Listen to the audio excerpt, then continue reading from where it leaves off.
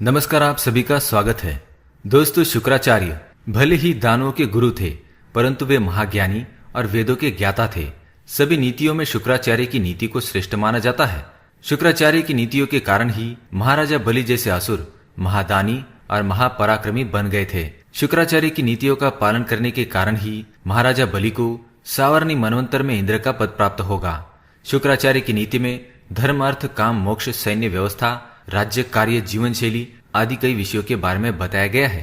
अगर आप शुक्राचार्य की नीतियों को ध्यान से समझकर अपने आचरण में लाते हैं तो आपको सफल और महान व्यक्ति बनने से कोई ताकत नहीं रोक सकती, क्योंकि इन नीतियों में साफ शब्दों में बयान किया है कि मनुष्य को समाज में किस तरह आचरण करना चाहिए, शत्रुओं और मित्रों को किस तरह पहचानना है और दूसरों के साथ किस तरह व्यवहार करना चाहिए। आज के वीडियो में हम आपको शुक्राचार्य जी ने बताई हुई ऐसी 9 बातों के बारे में बताएंगे जिन्हें हमेशा गुप्त रखना चाहिए। अगर ये बातें दूसरों को पता चल गई तो आप बड़ी परेशानी में फंस सकते हैं, क्योंकि ये 9 बातें ऐसी हैं जो आपके साथ आपके कुल को भी बदनाम कर सकती है या फिर आप पर कोई संकट भी ला सकती है। इसलिए इन बातों को एक बार अवश्य जान ले। लेकिन इससे पहले दोस्तों, अगर आपने हमारे इस चैनल को सब्सक्राइब नहीं किया है तो इसे सब्सक्राइब जरूर करें और दोस्तों वीडियो को लाइक अवश्य करें, क्योंकि आप बाद में भूल जाते हैं। तो चलिए जानते हैं कौन सी वो 9 बातें। सबसे पहले हम शुक्र नीति का श्लोक सुनाएंगे। शुक्राचार्य कहते हैं, आयुर्वित्तम ग्रह छिद्रम मंत्र मैथुन भेषजम दान मानापमानम च नवैतानी सुगोपयोतु। पहली बात है मान। शुक्राचार्य कहते हैं किसी भी व्यक्ति को अपने मान सम्मान का दिखावा नहीं करना चाहिए। अगर आपको किसी काम में सफलता मिली है या किसी काम में यश मिला है तो उसका गुणगान दूसरों के सामने कतई ना करे। दूसरों को इसके बारे में कभी ना बताए, नहीं तो दूसरों के मन में आपके प्रति द्वेष की भावना जागृत हो सकती है। लोग आपके प्रति घृणा कर सकते हैं, साथ ही इससे आपके अपने भी दूर हो सकते हैं। अगर आपको किसी काम में सफलता मिली है और आप दूसरों को उसके बारे में बताएंगे तो आपसे द्वेष करने वाले लोग आपको बद्दुआ दे सकते हैं और बुरी नजर से देख सकते हैं, और इसके परिणाम आपको निकट भविष्य में देखने को मिल सकते हैं। इसलिए अपने मान सम्मान का दिखावा कतई ना करें। दूसरी बात है अपमान। शुक्राचार्य के अनुसार यदि किसी नीच व्यक्ति ने आपका किसी कारणवश अपमान किया है या फिर आपको ठुकराया है तो यह बात भी कभी किसी को ना बताए। अगर आप ऐसा करते हैं तो लोग आपको ही गलत समझ सकते हैं और फिर वे भी आपका सम्मान करना छोड़ देंगे, क्योंकि लोग हमेशा दूसरों के गलत पहलुओं पर ही ध्यान देते हैं, हमेशा दूसरों के अंदर की बुराई खोजते रहते हैं। अगर आपके अपमान के बारे में उनको पता चल गया तो वे भी उस बात को लेकर भविष्य में आपका अपमान कर सकते हैं। तीसरी बात है मंत्र।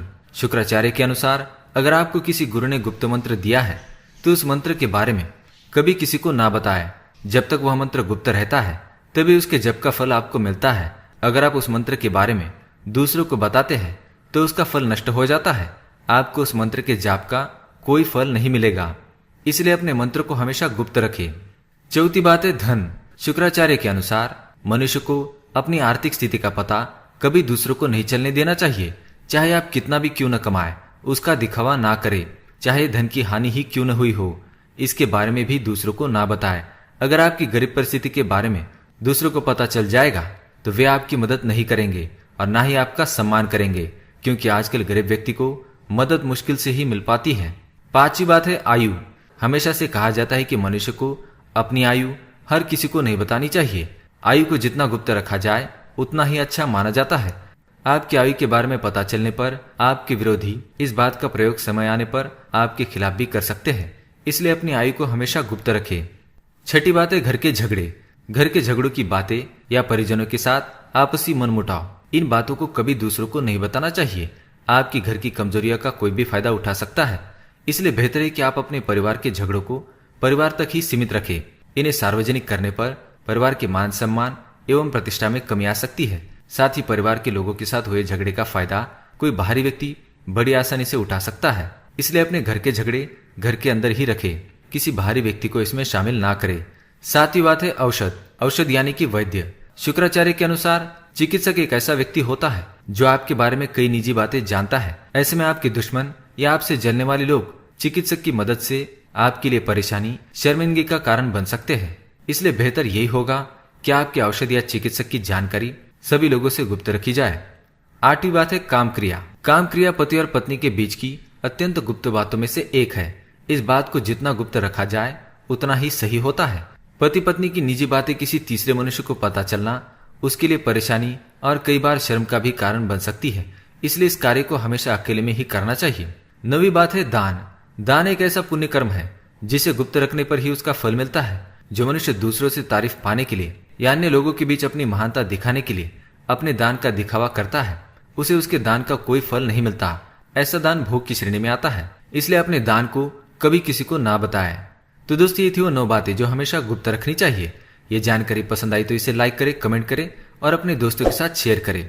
साथ ही हमारे चैनल को सब्सक्राइब करें ताकि आप और भी जानकारी वाले वीडियो देख सके। धन्यवाद।